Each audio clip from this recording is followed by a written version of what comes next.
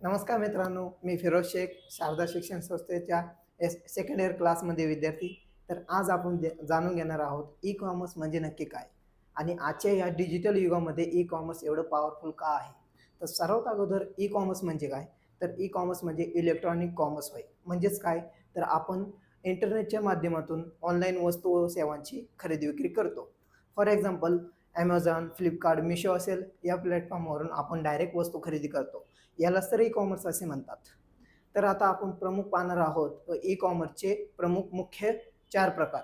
त्याच्यामध्ये अगोदर आपण पाहणार आहोत B to be. B to B म्हणजे काय, बी टू बी म्हणजे काय, तर डायरेक्ट बी टू बी म्हणजे काय थोडक्यामध्ये, तर बिझनेस टू बिझनेस झालेला व्यवहार म्हणजे बी टू बी. म्हणजे दोन व्यवसायामध्ये जो व्यवहार होतो त्यालाच बिझनेस टू बिझनेस अशी साखळी पूर्ण झालेली म्हणतात.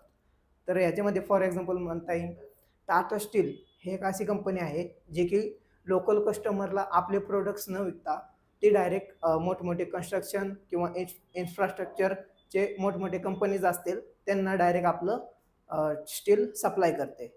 तर त्याला मॅन्युफॅक्चर ते ओनर, ओनर ते डीलर, आणि डीलर ते होलसेलर, आणि होलसेल ते रिटेलर्स. ह्यालाच काय म्हणायचं, बी टू बी ही साखळी इथे पूर्ण होते. तर हा आपण पहिला प्रकार पाहिला बी टू बी. आता सेकंड प्रकार आपण पाहणार आहोत B to C. B to C म्हणजे काय, तर बिझनेस टू कस्टमर.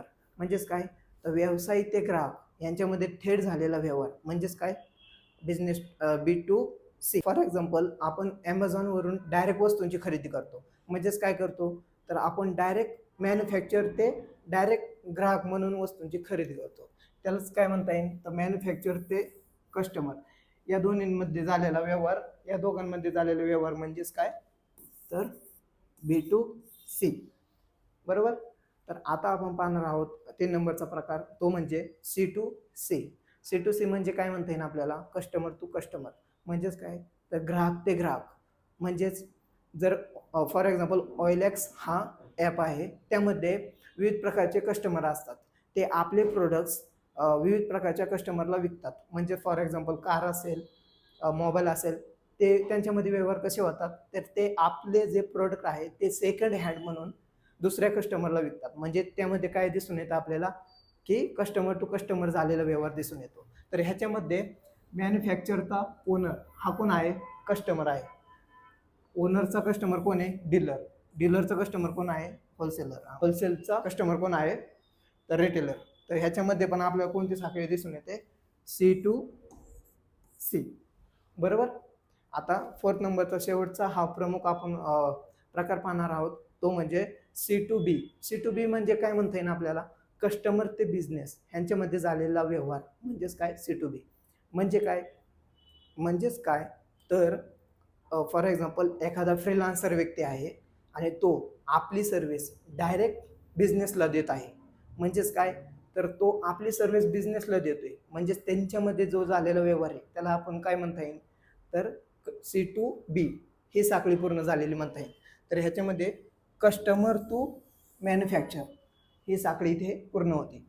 तर सी टू बी हा आपण फोर्थ नंबरचा प्रमुख मुख्य असा प्रकार पाहिला. तर अशा प्रकारे आपण ई कॉमर्स म्हणजे काय आणि ई कॉमर्सचे मुख्य 4 प्रकार पाहिले. आणि ई कॉमर्स जर तुम्हालाही भविष्यामध्ये ई कॉमर्स हा बिझनेस स्टार्ट करायचा असेल तर आत्तापासूनच अभ्यासाला सुरुवात करा. आणि ई कॉमर्स हा असा प्लॅटफॉर्म आहे आणि याचे खूप चांगले फायदे आहे. ते म्हणजे कमी गुंतवणुकीमध्ये आपण हा व्यवसाय चालू करू शकतो. त्याचबरोबर ही सर्व्हिस पूर्ण 24 तास उपलब्ध असते.